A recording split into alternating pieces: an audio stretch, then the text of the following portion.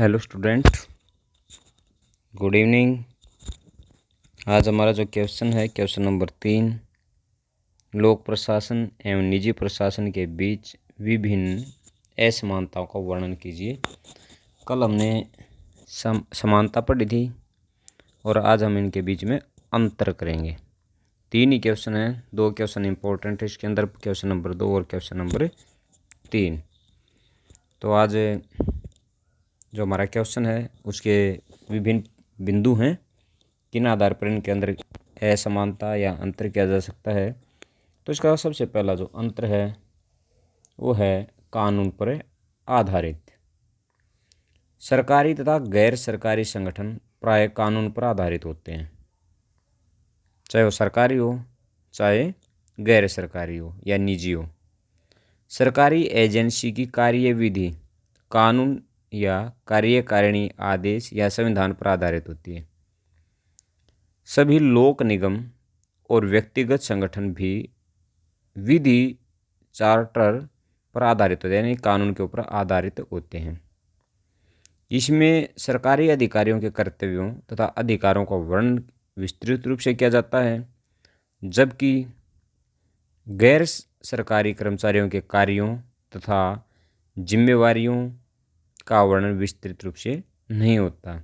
इस प्रकार यह अंतर वस्तु में न होकर सत्र में है। हम इसको कहाँ से लिखेंगे और कितना लिखेंगे? यहाँ से शुरू करेंगे हम। सभी लोक निगम, यहाँ से सभी लोक निगम और व्यक्तिगत संगठन भी को काट देंगे, कानून पर आधारित होते हैं। यहाँ पर विधि चार्टर की जगह लिख देंगे कानून पर आधारित होते हैं। इसमें सरकारी अधिकारियों के कर्तव्यों तथा अधिकारों का वर्णन विस्तृत रूप में किया जाता है, जबकि गैर सरकारी कर्मचारियों के कार्यों का वर्णन विस्तृत रूप से नहीं होता। यहाँ तक लिख देंगे। अब पॉइंट नंबर 2, कानून पालन की दृष्टि से यदि हम नॉर्मल लैंग्वेज में लिखें तो ये लिख सकते हैं कि जो सरकारी या लोक निगम होते हैं उनके अंदर कानूनों का जंजाल पा जाता है या अनेक कानूनी प्रक्रियाओं से होकर गुजरना पड़ता है, जिसके कारण कार्यों में देरी भी लग जाती है। जबकि निजी प्रशासन में कानूनों का जंजाल देखने को नहीं मिलता और कार्य जल्दी पूरे हो जाते हैं। इसके अंदर देखिए क्या लिखा है, लोक प्रशासन के कानूनों तथा नियमों का कठोरता से पालन किया जाता है, जबकि निजी प्रशासन में इनका पालन दृढ़ता से या कठोरता से नहीं किया जाता। यहाँ तक लिख देंगे, एग्जाम्पल लिखने की आवश्यकता नहीं है। यदि लिखो तो मोस्ट वेलकम, यदि नहीं लिखना चाहते तो आप नहीं लिख सकते, ज़रूरत नहीं है। अब क्षेत्रों में की विभिन्नता, यहाँ पर हम लिखेंगे कि लोक प्रशासन का जो क्षेत्र होता है वो विस्तृत होता है, यानी बड़े बड़े संगठनों के लिए कार्य करता है, जबकि निजी क्षेत्र का जो क्षेत्र है वो संकुचित होता है, छोटा होता है, वो छोटे संगठनों के लिए कार्य करता है। फॉर एग्जाम्पल यदि हम देखें रेलवे, डाक तार, पुलिस, सेना क्या लोक प्रशासन के अधीन कार्य करते हैं, और जबकि क्या होता है मदर डेयरी, ये क्या है एक संकुचित क्षेत्र का या छोटे संगठन का कार्य होता है। तो ये क्या लिखा है, लोक प्रशासन का क्षेत्र निजी प्रशासन की अपेक्षा अधिक व्यापक होता है। लोक प्रशासन का संबंध बड़े बड़े संगठनों जैसे रेलवे, डाक तार व्यवस्था, पुलिस तथा सेना आदि से है।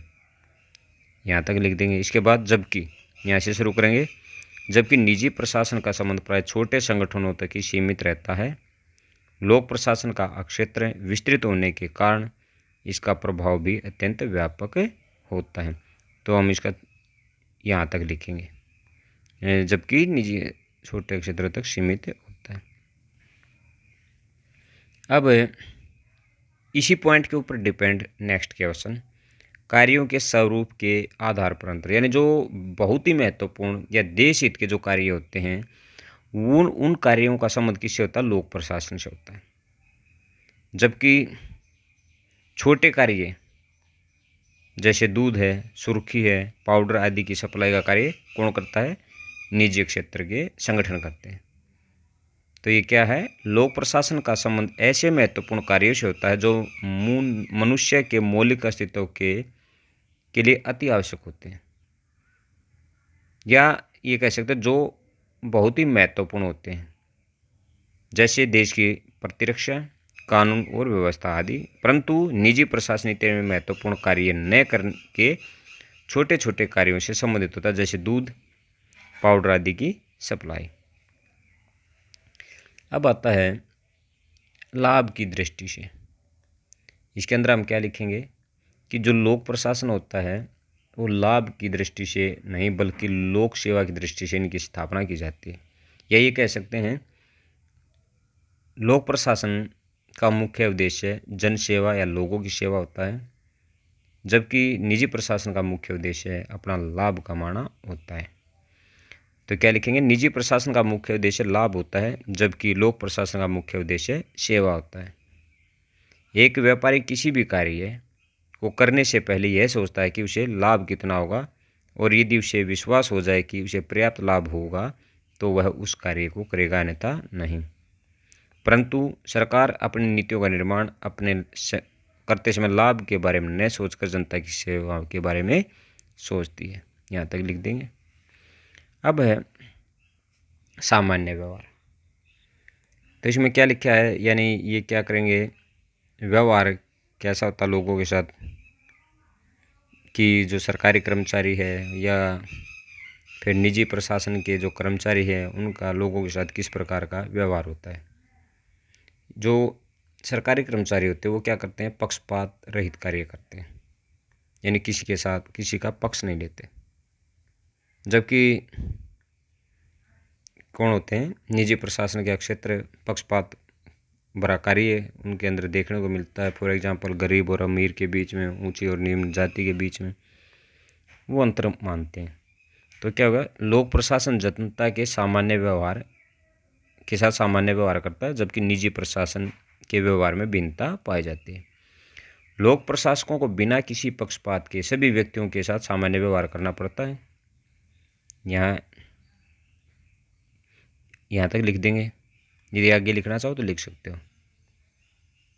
जबकि फिर यहाँ से लिखेंगे, परंतु व्यक्तिगत प्रशासन में जनता के साथ सामान्य व्यवहार करना अनिवार्य नहीं है।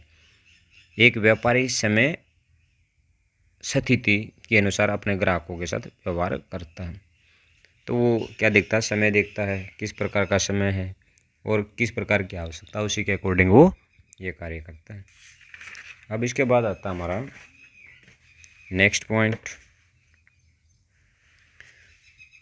नंबर 7, राजनीति के निर्देश। इसको हम कल वाली वीडियो में कंप्लीट करेंगे। वैसे हमने इसके अंदर 11 पॉइंट्स दिए गए हैं, तो हमने इससे 8 पॉइंट करने हैं, जो आपको सबसे ईजी लगते हैं उन्हीं पॉइंट्स को हम करेंगे, बाकी को छोड़ देंगे। धन्यवाद, आपका दिन मंगलमय हो।